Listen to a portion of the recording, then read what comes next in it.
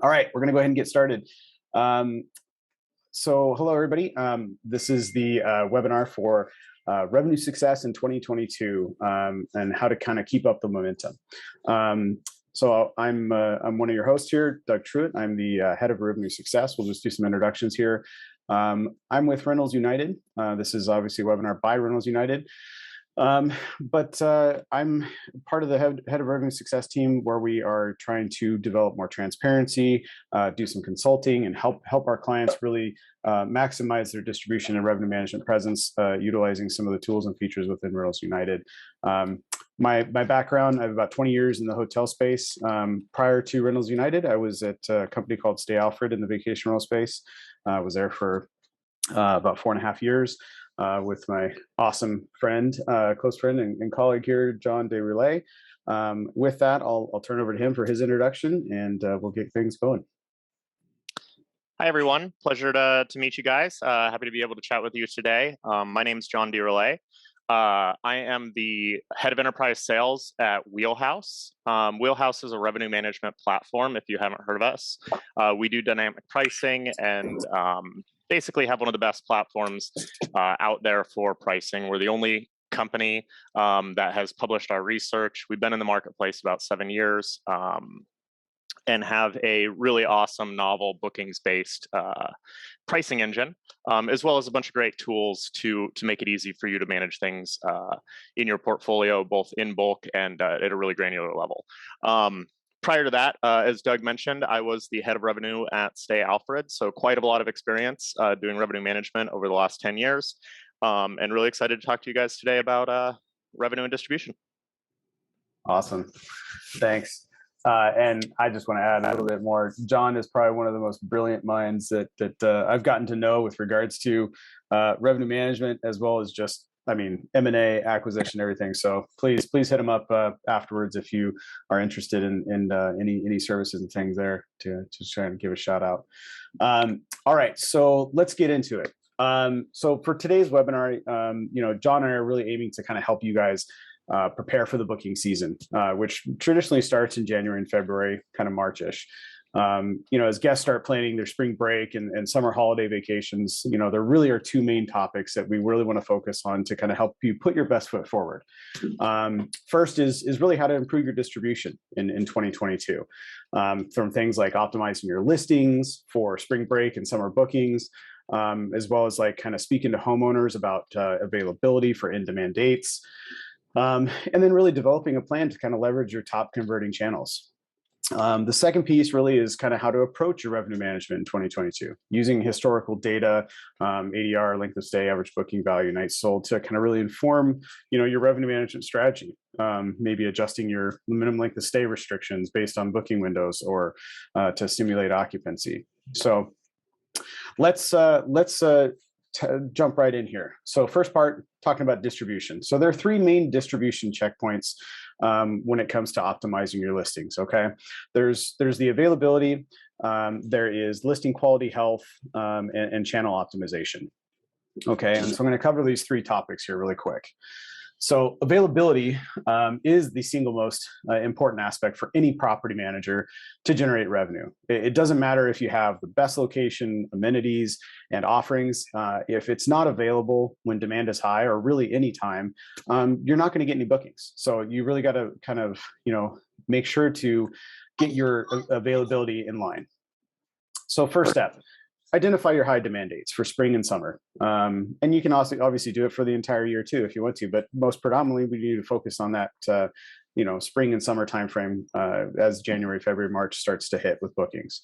Utilize your historical data for seasoned properties to challenge any assumptions that you might have regarding when demand is picking up or when you think it is. An example would be, maybe there's a Thursday before the start of spring break that really should be part of your demand window that you could extend your minimum length of stay settings with a lower rate on Thursday, but incentivizing people to kind of stay a little bit earlier and get the spring break started early. I know I have 3 kids and I wouldn't have a problem taking an extra day and taking them out of school for it to extend the vacation. Number 2, really important, if you have homeowners, or even if you don't, really start laying out expectations regarding, blackout dates, and really level set the revenue assumptions with them. Have an open and transparent conversation. It seems like it should be common sense, but the reality is that, your knowledge of potential heightened revenue production for the homeowner is important to share with them to maximize profit, as well as break down any barriers you may have potentially for them with blackout dates and things. Lastly, within availability, communicate with your entire company and organization what the high demand dates are.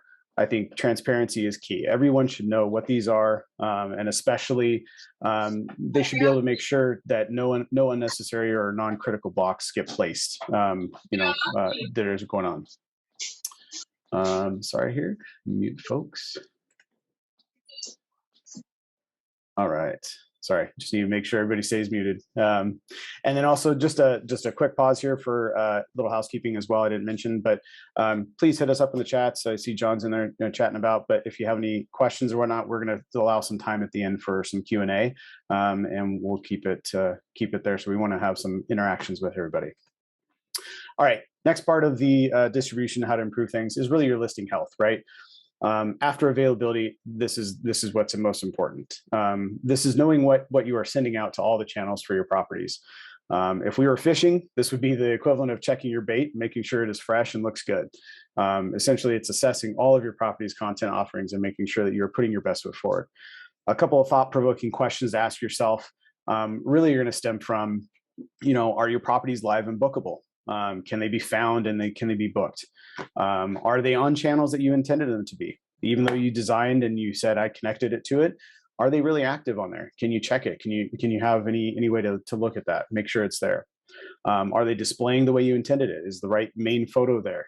Maybe you have, for example, during the wintertime, the pool is closed. So you change out your main photo to the whole building shot or a whole unit shot. This is the best time now to go and change that, because people who are shopping during January, February, March are looking for that pool in the spring and summertime. So make sure and get those changed. Are all the amenities listed so that the potential customers filtering on a specific channel will be able to see your properties in the search results? Those are very important pieces. So along with this, at Rentals United, we have created a free tool for our clients to utilize to answer these questions in order to know what they have, in order to know that they have the best possible chance with their inventory to convert bookings in a simple way without logging into extranets. So here we have the RU Data Studio health cards. So this came from giving transparency back to our clients and finding the needle in the haystack. What properties in a client's portfolio that meet the minimum content requirements to be live on a channel, but are not necessarily meeting optimal requirements for best conversion. So the goal for us here is to make sure that our employees and clients have a quick, efficient way to know what properties need work in order to improve optimal conversion and booking on channels. So within this, these are all the key points that you have within this Data Studio health cards. We have listing quality scores similar to like Booking.com and Expedia, as well as unsellable nights, kind of giving you transparency on what you're actually giving to us to push out to the channels. So let's look at the cards a little bit here. So you've got the quality score, which is compiling a calculation of values from the composition of the property. You've got bedroom, bathroom, max occupancy. You've got channels connected. What's the channels that are the property are connected to, as well as knowing what the percentage of rate markup is, which is important because maybe there's a correlation to the high number of days since last booking, or you're pushing yourself out of the market from converting. Next, you have days since last booking created. Kind of when was the last time the property got a booking? In this example of this property, 52 days.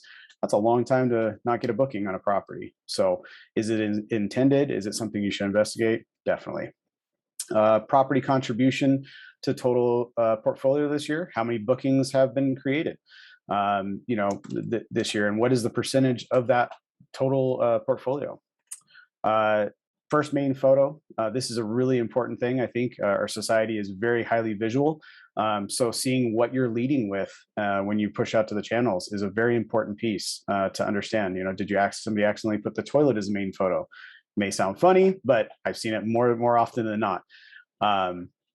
So then we also have count of photos. We know on the OTAs that if you have less than 25 photos, you're going to get downplayed in the search rank algorithms on a good chunk of the channels. And that's just because they want to make sure that they have enough content and enough photos to represent the property. So we actually give you a way to see that.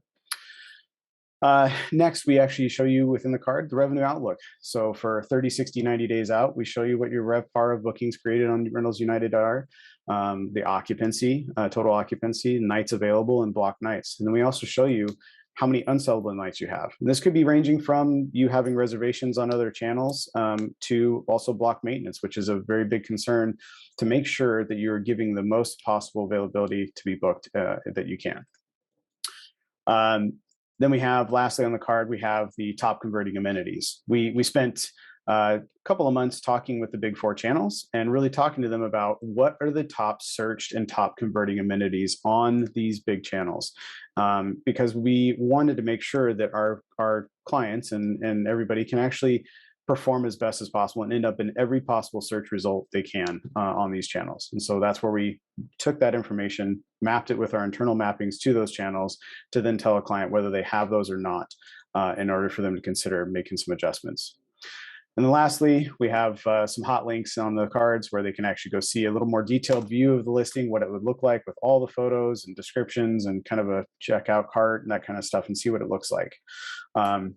As well as hot links to go into the platform and edit those components if they're available to do so. All right, lastly, within distribution is really the channel optimization. You really have to figure out how to optimize your channels. We've gotten availability taken care of now at this point. We've got our listing health feeling in a good place. And now we're going to talk about channel optimization. So number one, historical channel performance over high demand dates. Who ate your lunch is what I like to say.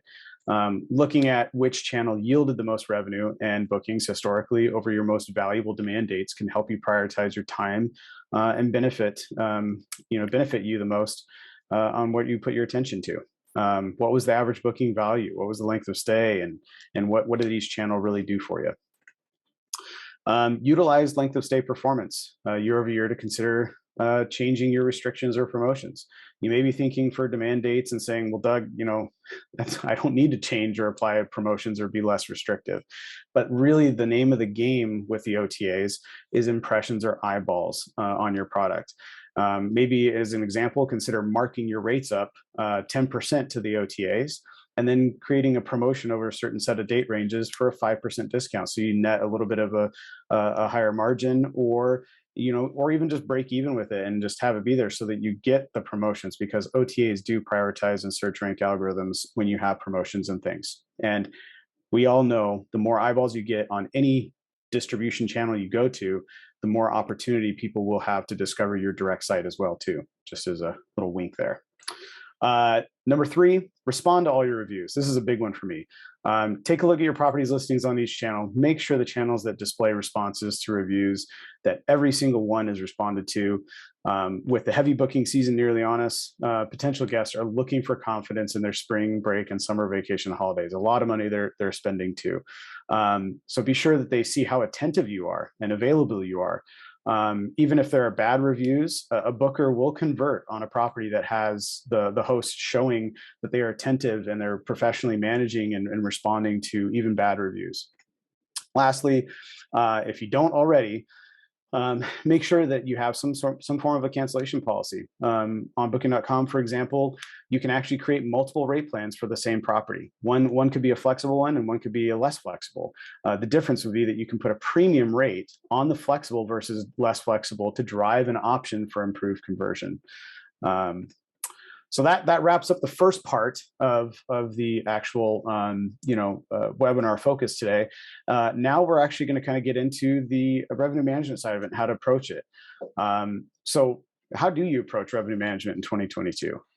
John and I really thought the best way to go into this second point was really to use some data as a use case to kind of create a dialogue of ideas, strategies, and considerations for your business.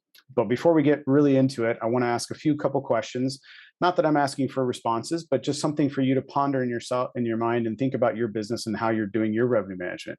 So how have you budgeted for 2022 in comparison to 2021 or even maybe 2020? And what were the key factors that drove your assumptions or those changes that you made to it and the variances between those years? And outside of just scaling your business or growing more inventory, but even the regular inventory that's still been around, like what made those changes? What made you think that way?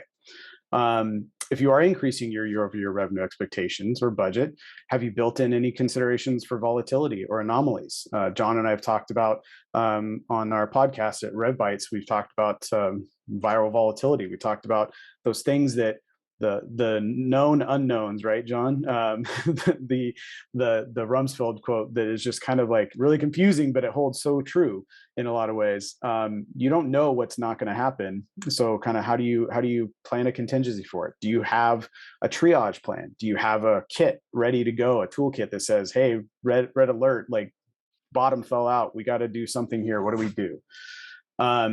Do you have a good resource for being able to look at daily pickups? Do you have a really good way to manage your data in an efficient way that creates action quickly and easily so that people can get stuff before it really gets sold at a too low rate?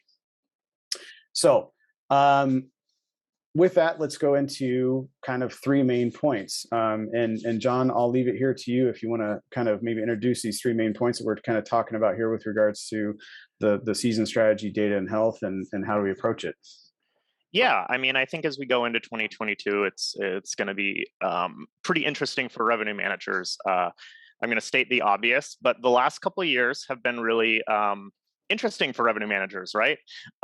There's been a lot of different changes in the marketplaces and a lot of reacting to very quickly changing circumstances. So as we look at how we need to price to optimize 2022, there's quite a number of things that we have to consider, right? So we've kind of labeled this into three things: booking season strategy, data, and health. And they are all kind of interrelated. But what's going to be pretty normal for a revenue manager is you're going to set a strategy for how you think the year is going to operate. In the past, those strategies tended to be built off of each other. There weren't significant deviations between the way a unit would operate year over year when we understood things like seasonality, day of the week trends, ADRs. Now we would do things to try to improve or optimize those. Can I get more money out of my high season? Can I increase my occupancy in the low season? Is my mix of distribution business optimal to my profit bottom line? Those kind of things. But what we've seen since the beginning of COVID is that those things have no longer become stable for us. And in the last couple of years, we've had significant interruptions to our occupancy, changing what our expectations can be for a given month. Significant changes to the supply in the market. Units have moved around managers, people have gone in and out of business. The competition environment is significantly different. It's always been pretty different in our space, as it's pretty easy for people to switch their contracts, but it's been severely disrupted, and that impacts what's available to the consumer. In addition to that, we have these very short-term changes to government policies and restrictions that have impacted our booking. And then we've had this kind of concept of pent-up demand, which has created, to a certain degree, high seasons when they weren't there before. So these most stable elements of revenue management planning, seasonality, day of the week trends, booking window, have not been stable the last couple of years. And what that does is it makes us have to ask the question, which is, we still know that historical data is going to be the most accurate data for us to predict the future. But the question is, what historical data are we going to use? Is 2022 going to be like 2019? Is it going to be like 2020? Is it going to be like 2021? Or what's likely to happen is it'll probably be a mix of all of these things at different times in different markets. And so as the revenue manager, we really have to think about what we think is going to happen and what we would do if something else happens. So we can hit to the next slide, Doug. Yep. We've pulled a couple data points. We're using the market of Miami, just the broader market in kind of general snapshots, but we wanted to give you some real data so that we could speak to some things so that you can hopefully connect what we're saying to some real data, and then also be able to anticipate what that might look like for your specific market or your specific portfolio, because those factors are going to have an impact in terms of how you plan for the year coming up. Miami is a southern market in the United States. It's going to have a real strong spring, a little bit of a strong fall, a little bit of a shoulder summer. But you may be in a snow market, which is going to have different implications. You might be in your high season right now. You may be in like a northern vacation market where summer is really going to be the top. Some of the concepts are going to apply, but the specifics are going to be different because you'll have to understand what has happened in your market over the last couple of years and what you think is going to happen going on in the future. The first thing I want to point out, which I'm really going to kind of drill down on during this conversation, is that the differences between 2019, 2020, and 2021. Because as we go into next year, there's a couple questions we have. One, is COVID over? Two, is COVID not going to be as big of a deal as it was? Is the world going to move on? Three, are we going to go into another cycle of significant surges and restrictions? We don't know the answer to that. But we do know that from the previous years, we can see some of the ramifications of those different situations and how they affected demand, right? 2019 is probably our model for what we would expect things to go back to normal. We're going to see booking windows and seasonality kind of shift back to where they were normally, and we can plan for that accordingly. I think that's the easiest one for us to plan for because anyone who's been in business for a while, is, would have been used to that kind of seasonality. But when we look at things like 2020, we started off the year pretty strong, and it wasn't until later in the year that we really started to see restrictions and significant drops because we had pretty rapid responses. People were pretty panicky, and that really affected that year pretty strongly for the whole year. Last year, 2021, is a really interesting situation, right? Because we were already in COVID. Our Q1 and Q2 really got hurt. And then what happened is as we started to kind of consider ourselves to be moving past COVID, particularly in the United States, we had a booming end of Q2 and Q3. And in some cases, like you can see here in Miami, a season that is normally like not really a very strong season actually became the highest season for a very sustained amount of time, while they didn't quite do as well in what they normally would have considered their high season. And so this presents a very difficult situation for the revenue manager, right? If you're a revenue manager in Miami and your boss says, hey, we just need to do 10% better year over year, the question is, where are you going to do that, right? Are you going to plan for March being lower as it was in 2021? Or are you going to plan for March being higher and continuing to grow like it was in 2019? Furthermore, are you going to plan for the summer to be higher? Or do you think it's actually going to drop?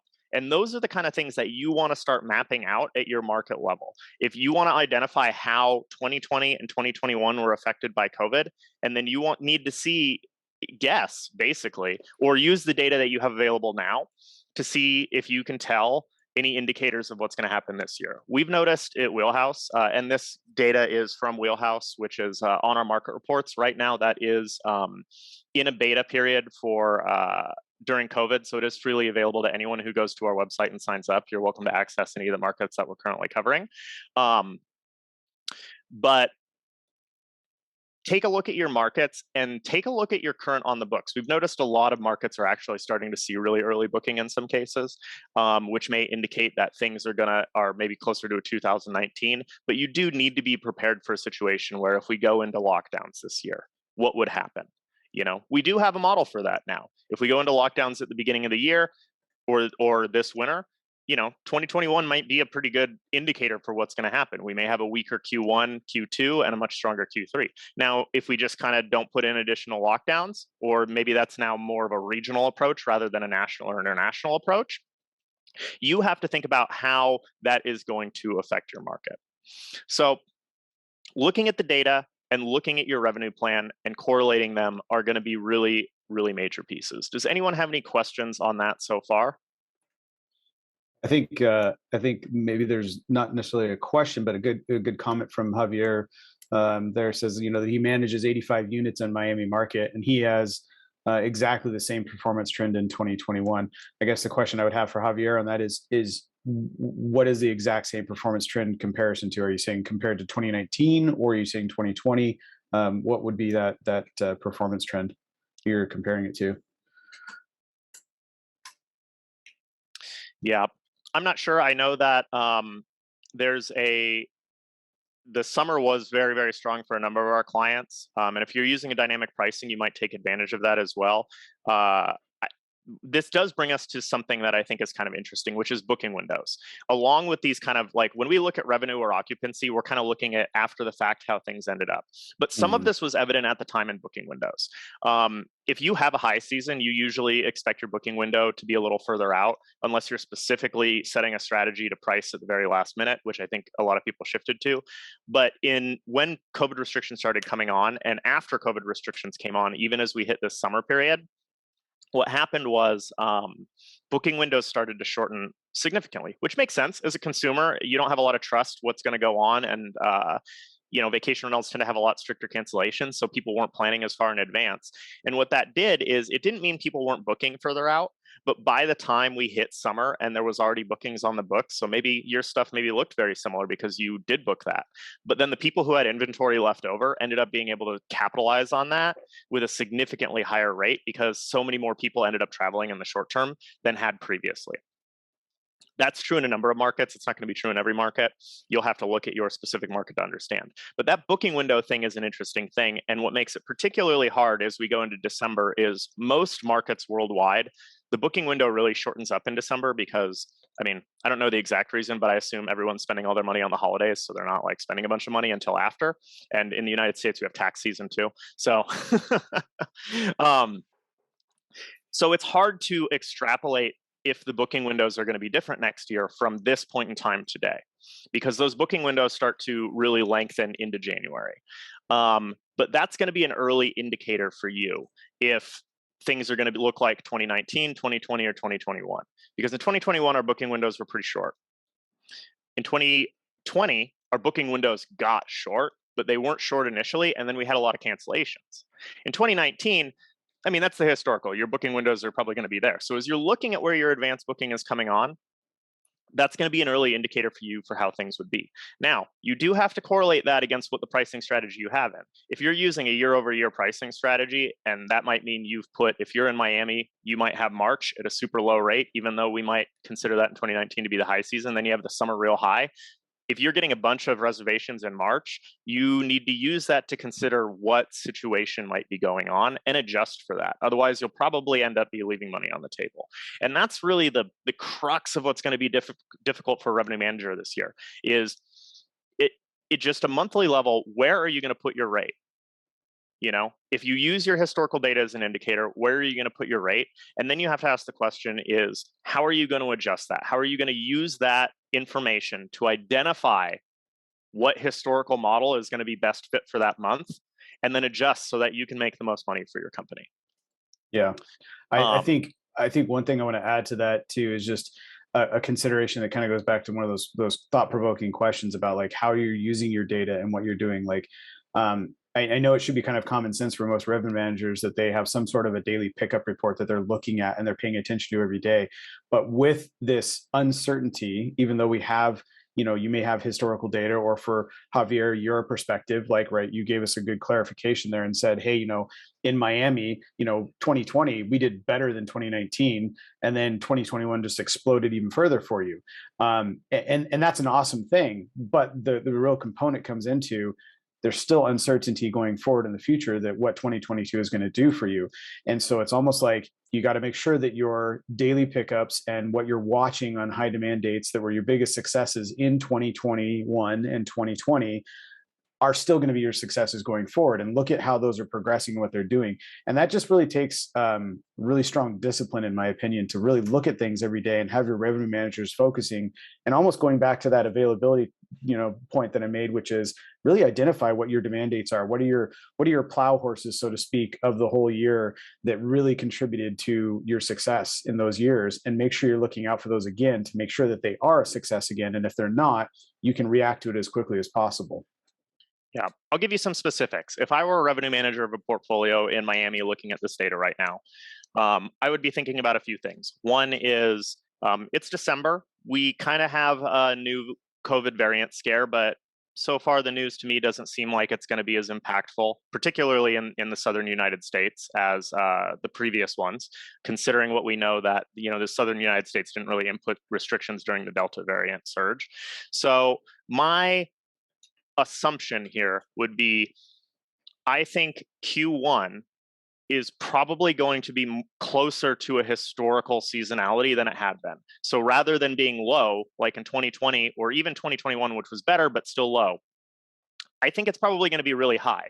And so I don't want to use my rates from the last 2 years or my RevPARs from the last 2 years. I want to establish my RevPARs based on this being a high season pre-COVID. But what I'm going to do is, because I'm not sure if that's going to last, I mean, March is quite a while away. I would probably set some reminders for myself to check this. I want to make sure that I am checking this on a periodic basis and asking myself the question, am I really comfortable holding this price position? Do I really think this trend is still going on right now? Can I see that in market data around me? Am I talking to people in my market who are reporting similar things? And really at the end of the day, am I seeing it in my bookings? In 2019, I started making 10, 15, 20% of my bookings, by the end of that month. Is that on the books right now? And if not, do I need to make an adjustment? The next thing I would do is I would look at that summer period, because that's a pretty big deviance year over year, right? I mean, 2021 was very, very different than previous years. And I need to ask myself, is that going to happen? And there's a couple things that could happen. If 2019 ends up being super duper strong, maybe that people won't, wait all there. And we also know that a bunch of events got rescheduled later in the year that generally appear in the early years. So that revenue may not appear there. My hunch here would be to look at the booking windows from 2019. And I'm pretty sure that those were shorter booking windows in that summer period because it wasn't as high of a period. And so my guess would be, what I would probably do is hold that rate higher, maybe not quite as high as where it peaked in 2021, but I would keep it higher than what I expected in 2019. And then consider dropping that down to a normal seasonality when I have more information. If the spring ended up being really strong and like 2019, maybe I want to revert the summer back to that trend before the booking window would have started for that year. If I'm starting to see a lot of early bookings and that continues to be strong, maybe I'll just keep it high. But that's essentially what I would do. Is in this case, I would probably keep the whole first 2 quarters pretty high, and then consistently set times for myself to check it, understanding that the summer may be adjusted pretty significantly. So that may have some impacts on the way you forecast for your company, because the rates you're putting in there are super high, but you're not really sure if, the range in which those are going to come in might be pretty different. And the key here, I think, is to set these milestones for you to check, because some of this is going to be reacting through a dynamic pricing platform if you have it. But when things are really volatile, you're going to have the best results when you're also operating with it. I mean, I think something I usually remind people about, even people who are using dynamic pricing algorithms, which really help particularly at scale, is the most mature revenue management industries in the world, airlines and hotels, still have revenue managers. And it's for periods of volatility like this, because one, nobody really knows exactly what's going to happen. We don't know if the northern United States in February is going to put on a blanket of restrictions and the South isn't. That's going to be a very different situation than if nobody puts any restrictions on, or if the whole country puts restrictions on, right? Those all are going to have different effects on what's going to happen in terms of travel revenue, and nobody can anticipate what that's going to be. The other one too is volatility gives people the opportunity, right? Because the more volatility there is, the higher range of different prices are going to be sold. And that means you have the opportunity to be at the highest point, but no machine will only the top 10 percentile can be in the top 10%. Not everyone can be there, right? Yep. So when there's volatility, there's a lot more opportunity, but there's also a lot more risk. So when we're looking at these trends, sorry, go ahead, Doug. I was just going to say, I think it's a good point to bring up too. Within that, like you mentioned about how to, really set reminders for yourself and check back on things and look at things. And I think you can even drill that down even more granular. I mean, for somebody like Javier, who, is like, hey, I'm feeling pretty good. My rates are set high for right now. We're watching it. We're doing what we're doing. You can explore some other options too, to like do A/B testing on top of it. Play with some promotions on some of the channels to do some length of stay restriction adjustments and test the waters and see if you get some hits at higher average booking value because you made a discount on a longer length of stay that incentivized somebody to say, you know what, I'll stay an extra day because it's only like 50%, of the rate or something if I were to book it, for the shorter amount of time frame or something like that.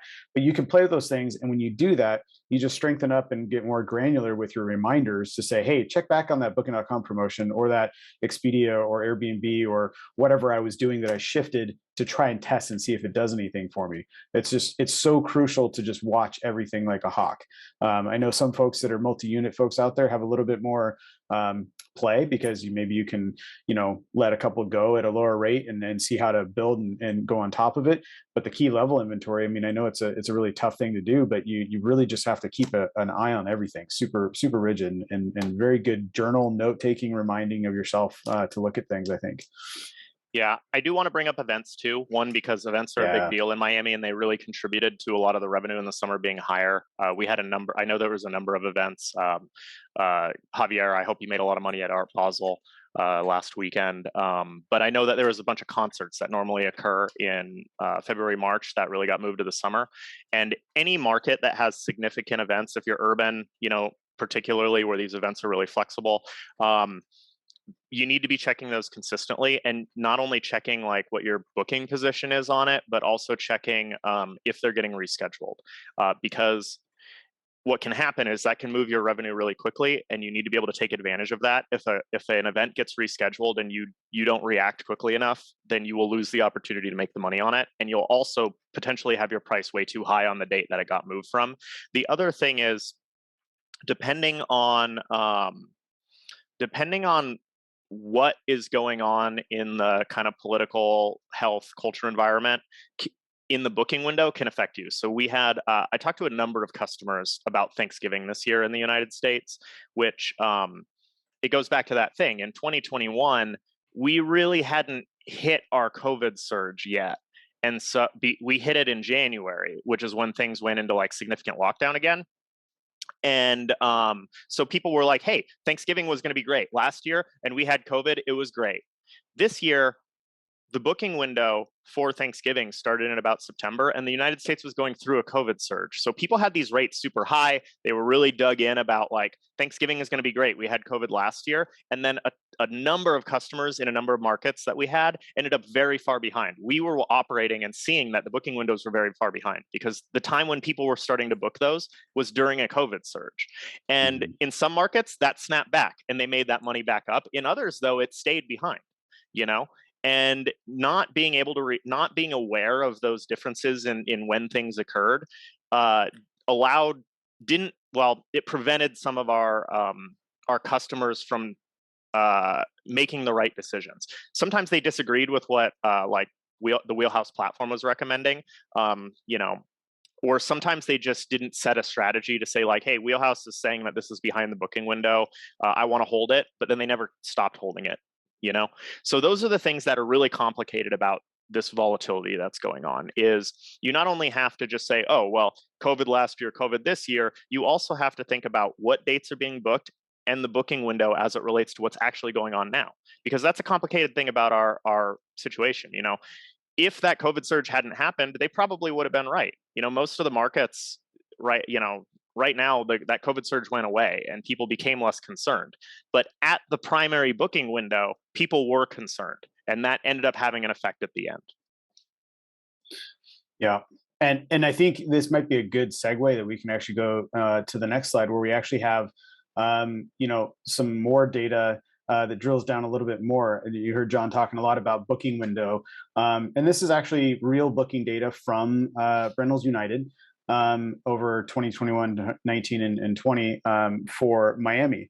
And quickly, you can already see on the average booking window by days, you can see that volatility that really happened in 2019 and 2021 in the first 24 weeks of the year, kind of related to how things were kind of going, or I shouldn't say 2019, but 2020 for sure, and how erratic it was. And look at how 2021 in Miami is kind of got some normalcy going there that looks a little bit more in line. And I think it's a shorter booking window, which speaks to a little bit about what you were talking about earlier, John. And then also another thing that's really fascinating is on the average length of stay by creation week, and that same thing. that the length of stay we saw, it was a lot higher in Miami during the first 24 weeks of creation dates for 2021. And I think it's a fascinating aspect to consider that shapes some of your strategies. I mean, I talked about, playing with a minimum length of stay restrictions potentially. This is something of a way you could look at your data historically to say, maybe I should stretch out a little more of a promotion for a length of stay discount or something during this time frame, or for these date ranges. If you're by looking at your booking windows, it's saying, hey, in week 5, the average was 46 days, a month and a half in advance, and for week 5, we were seeing 4.5, 4.6. Maybe push a 5-night minimum length of stay restriction for that time frame to see if you can do a promotion that incentivizes a little bit more occupancy and higher revenue average booking value. So yeah, go ahead, Joe. Yeah. I've been working with some clients recently because they have some southern, both a couple of these clients have southern United States market stuff. And, through the fall, it was always like, man, who knows when this is going to stop? This just keeps going. And then very, very quickly, trends shifted. It was like within a week, it was like, oh, okay, so now our booking window is a lot shorter and our weekday pricing is really low. Is this going to continue? And we kind of already knew what we were going to do. We had talked about it. And so some of the things that we had done is as soon as we saw that occur, we basically brought down our weekday minimums for the upcoming months. We kind of knew that we had an expectation that the seasonality, we knew what the 2019 seasonality was like. So we basically applied some strategy based on that rather than what we'd been seeing in the near term. And then we did some things like Doug had mentioned around length of stay. We know that there's some positive things that came out of the COVID stuff, which was our product type is capable of shifting into long-term stay when there's the demand for it. And so what we were able to do is say, hey, we're starting to see these slowdowns. The booking window is maybe or the booking trends are shifting to a different model. Let's implement more of this long-term stay strategy that we know was really successful when booking was really limited. And so the way we had done that is we increased all of our long-term stay discounts, and then we used our pricing algorithm to increase the rack rates across the areas that we thought were going to be high season and have good short-term stuff. So what that did is we kind of artificially inflated those rates in spring and a little bit beyond high, and then we increased the long-term stay discount substantially. And that coupled with lower weekday rates, our hope is that we'll be able to maintain really high occupancies into the low season that appeared suddenly to us. So there's a lot of strategies you can do when you're kind of paying attention to what's going on in the average booking windows. And I think, it's not just COVID was bad, COVID was bad, COVID was bad. There's things we can learn from that too that you can now use and integrate into your strategy. Do you have a low season long-term stay strategy, and how would you implement that through your pricing and distribution? In addition to those kind of things too, the booking windows have had some effects on our industry that I think we need to consider for next year that nobody really knows. One of them, particularly I know in the urban environment, cancellation policies got substantially more flexible across the board. And you have to make some decisions about whether or not you want that to be the case. And it's going to be more difficult to change them because everyone in the market might be doing their own thing. So there's not as much inertia behind the stricter cancellation policies in your market than there had been pre-COVID. But that's something that's going to affect you in how you think because we may see that these booking windows start really early and you're pushing rates real up, but you're always going to be exposed if your cancellation policies are really flexible. Right. Yep. So do you need to go back and review your cancellation policies, and when are you going to do that? Right. Doug brings up a good point. If you're using Rentals United, you can create these different rate plans that are linked to your rate plan. And then what you could do is you can have different cancellation policies. And I'm not sure if you can do this on your platform, Doug, but it would be a good idea is, because you don't really want to loosen your cancellation policies up or make your cancellation policies more strict right now because it's low season. Right. But you probably also don't want to give away your high season with a really flexible policy, particularly if conditions change, because then your highest rate stuff's going to cancel. So if you can create these different rate plans, can you close availability on certain days at the rate plan level, Doug?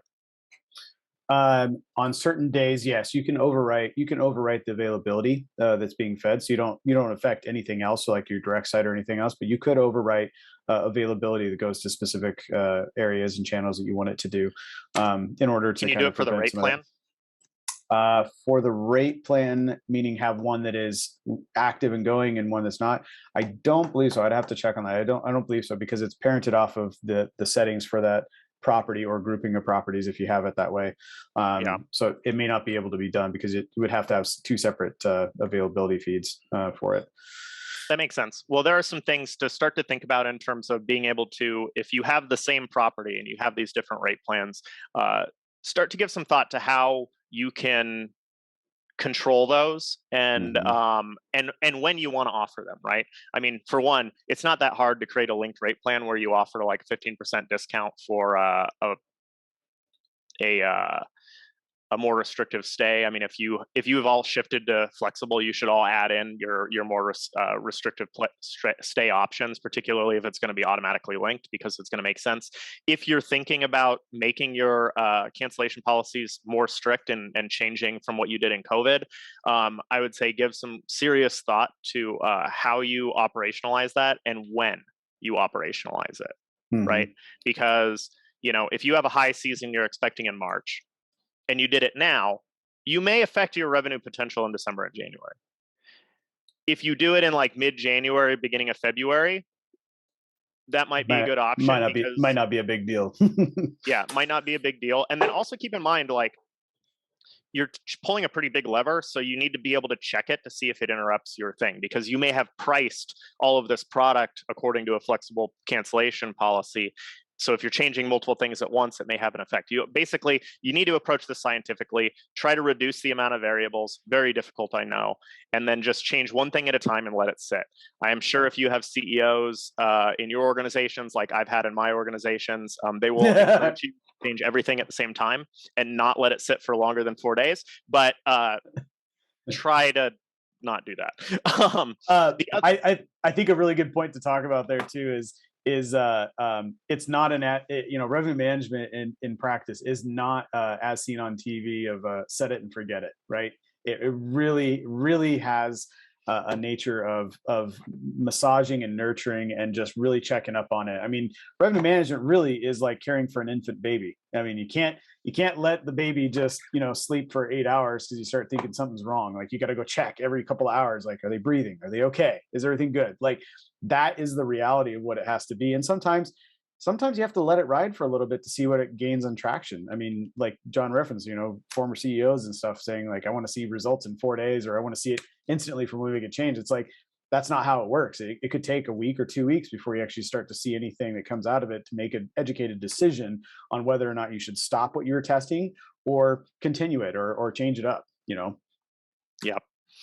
So we're running a little short on time. I did want to mention a couple things in relation to the health of the of your channels too, because that is really important. I think right now a lot of revenue managers, the primary struggle is just going to be determining what rate and seasonality is for next year, and that should be your overriding concern. But as we start to get those things dialed in or comfortable with our strategies, we want to come back down and start to think about some of the other things around the distribution makeup, because at the end of the day, you know, that hits your bottom line. So the first thing is you need to figure out how to fill your rooms. But once you fill them, you want to fill them with the most profitable guests. And so a couple of the things that I would suggest before we go into your high season, whenever that is, whether that's March or July or maybe next November, December if you're a ski season. We're all over the world, so it could be whenever. But have you audited your listings lately? Hmm. I think this is really important, particularly now. You should always audit your listings periodically. I don't know, find an intern and give them a checklist and make them do it. College students love to make $15 an hour doing that. But go and check the front end of all your listings. Have someone do it. Make sure, because there's mismatches between your front end and back end sometimes, and you need to go on your listings, make sure it's bookable, spot check some availability, and just take a look for weird things. Doug's health cards are going to help with that in a lot of places, particularly that front picture.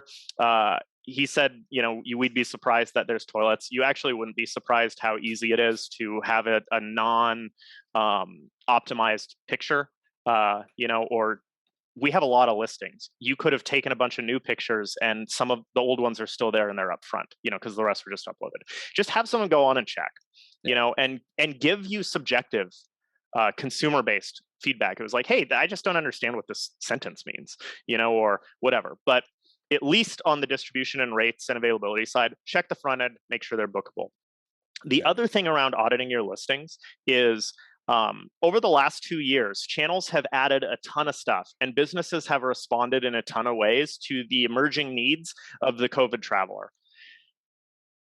The question is, it's really easy to pile stuff on, but you probably need to go back and determine, one, is everything on this listing still relevant to whatever was going on at the time I added it?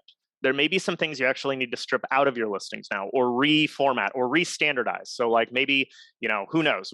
Maybe, for example, we put in all of this like health and cleaning stuff, but we did it at different times of the year in response. So now all your listings say different things about health and cleaning. Go back through, make sure that's standardized, and make sure it gives the information to the consumer that they need right now. The other thing is the channels have also been responding to the emerging needs of the COVID traveler. And there are tons of amenity flags, little things you check, things that you opt into or opt out of that tell the consumer about these things that you may not have done for your listings or may not have been aware of. And you need to be aware of what's available and what you're doing to make sure that the consumer knows. There's probably a bunch of cleaning practices you were all doing, but have you checked the relevant flags on all the OTAs? Because you may not have known that they added 2 flags last March and 2 flags last August and 2 flags yesterday, Exactly. So I would say reach out to your Reynolds United folks and talk to them about that. I'm sure they'd love to have that conversation. Then in a broader level, you kind of want to review if COVID caused your channel mix to switch. And just ask yourself the question. I don't really have an answer for this, but it's like, if your channel mix has shifted significantly, you'll just need to ask, one, if that's beneficial for you, and 2, why? Because the why is really important. It could be broader consumer trends. It could also be something like your distribution isn't working correctly. It could also be something like reviews. And you'll notice when you listen to like Bytes and stuff with Doug and I, we do talk about reviews, even though people don't always associate that with revenue management distribution. And it is a huge piece. And it's not only having good reviews, but also having recent reviews. We've gone through a period where travel's been really weird. And if you haven't gotten a review on a listing in 6 months, it's not going to be that helpful for you. And so, especially before your booking window for your high season is when you need your review and distribution stuff to be in line. If you're in Miami, you need to be doing it right now, which is tough because you're probably doing budgeting. If you're in Seattle and or Orcas Island, where summer might be a very strong high season for you, you really need to make sure that you've checked your distribution and your review situation in the spring so that your ads are at their top quality when people are looking to buy, not when people are looking to stay, right? And honestly, too, like on that, John, like I think people need to take into consideration, like it's okay if you don't have time to really give your time and attention to it right this second. You can still know what needs to be done, develop a plan, create an SOP. It'll take you maybe an hour or 2 hours, create a slide deck and SOP, and hand it off to an intern, or even, you can call us at Reynolds United and see if we can maybe provide some consulting services that would do it for you to just really help you put your best foot forward, because it's so crucial.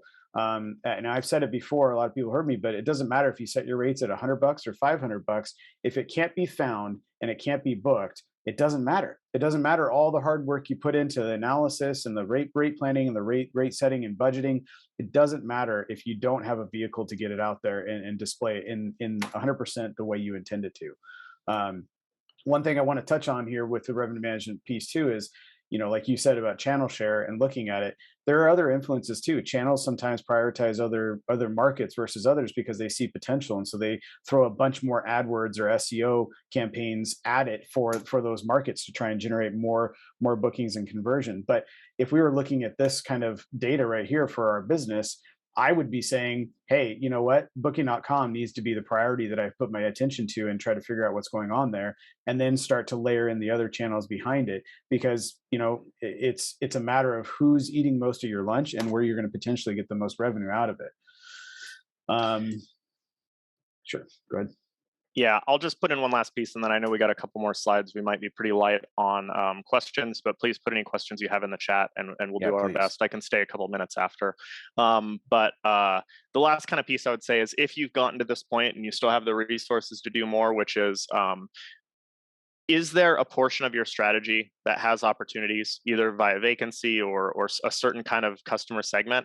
And can you expand your distribution network to utilize channels that target those segments specifically? I would say a lot of these are going to be pretty useful for your low season planning. So a lot of the opposite of what we've been saying. We've been talking about high season planning, but when you're in the midst of high season, things are going well, you got occupancy on the books, and you start to have some time to think about how we're going to approach the low season. You're still going to have to consider all these different things that could be affecting us in terms of volatility, but you can also start to consider things like, hey, I really want to see how I can strengthen our long-term stay strategy. Are there channels that can assist that as well, in addition to my rate strategy?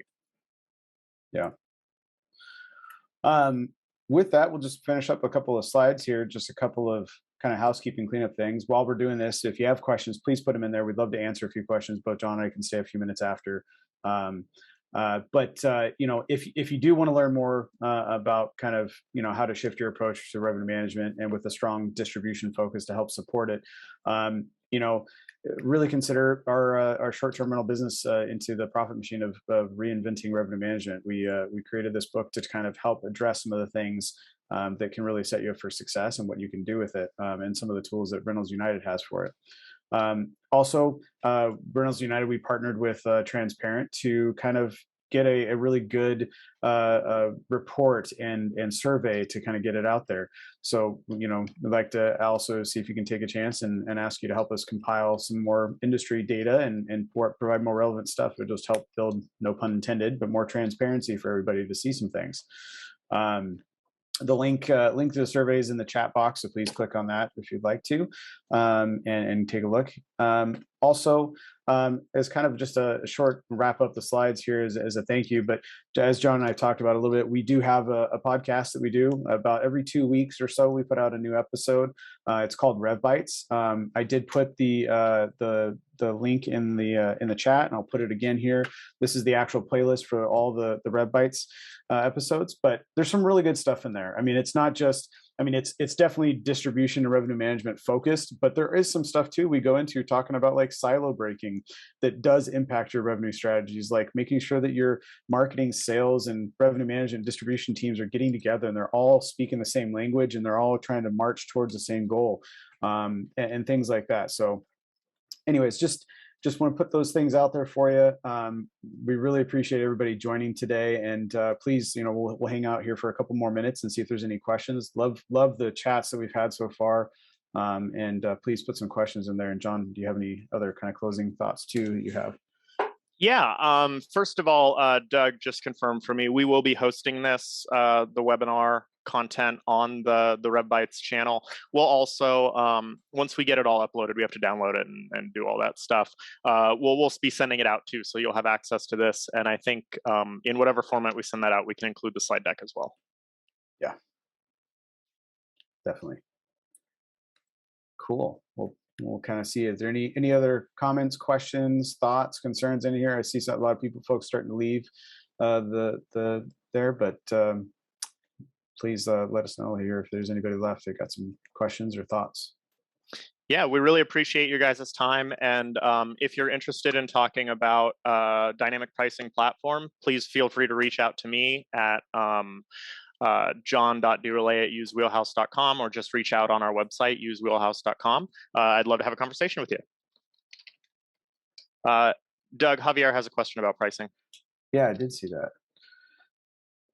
Where can Gabriella said, where can I find the book? Maybe Beth, if you're on there, if you can put the link back in there for the book again. Javier, as far as the pricing for Rentals United based on properties, yeah, so it's a per property per month. It doesn't matter how many bookings you get, how many channels you get, that's the pricing. And I see, like you said, you do multi-unit logic, so you have some room types that are representative of it. We do accommodate to that as well. So please, my email here is on the slide deck. But I'll also put it here in the chat. Send me an email and I can get you with some of our sales folks, and we can make sure that we get you the right information and get you some estimates on pricing and how it works for your specific setup. Awesome. Great. Thank you, guys. Hey, good to see you, Cole. Yeah, good to see you, Cole. Thanks, man. Yeah, you too. See you guys. That was really Have a good one, I man. look forward to passing this one along. See you guys. Yeah. Yeah. See you, Cole. Yeah, Meg. I think we do have a few folks in the Caribbean that are on the Rentals United platform. John, I'm not sure. Do you work with a few folks in the Caribbean as well? We work with people in the Caribbean. So the thing about Wheelhouse is you can go to our website and see what markets we're currently covering. We actually were chosen by Key Data as their primary pricing partner. Key Data is an excellent data company, if you guys don't know. So we have the capability to cover pretty much any market worldwide.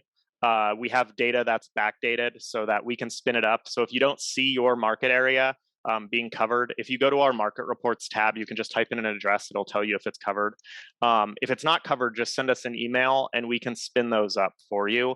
It usually takes between 3 days and a week and a half, depending on what time of day you ask us and what day of the week it is. Yeah. And Meg, I was just thinking on the top of my head, we actually do have a few clients that I know specifically that are in the Caribbean, actually recently have expanded to there. One of them, I believe, is Cassiola, who actually just expanded into the Caribbean area down there. So yes, that's right. So we do have both folks, and I think Cassiola is working with you guys as well too, right, John? Or no? It's confidential information. Confidential. I don't know. I can't remember. I couldn't remember if that ever happened or not, but yeah. So sorry. I'm just joking with you. Cool.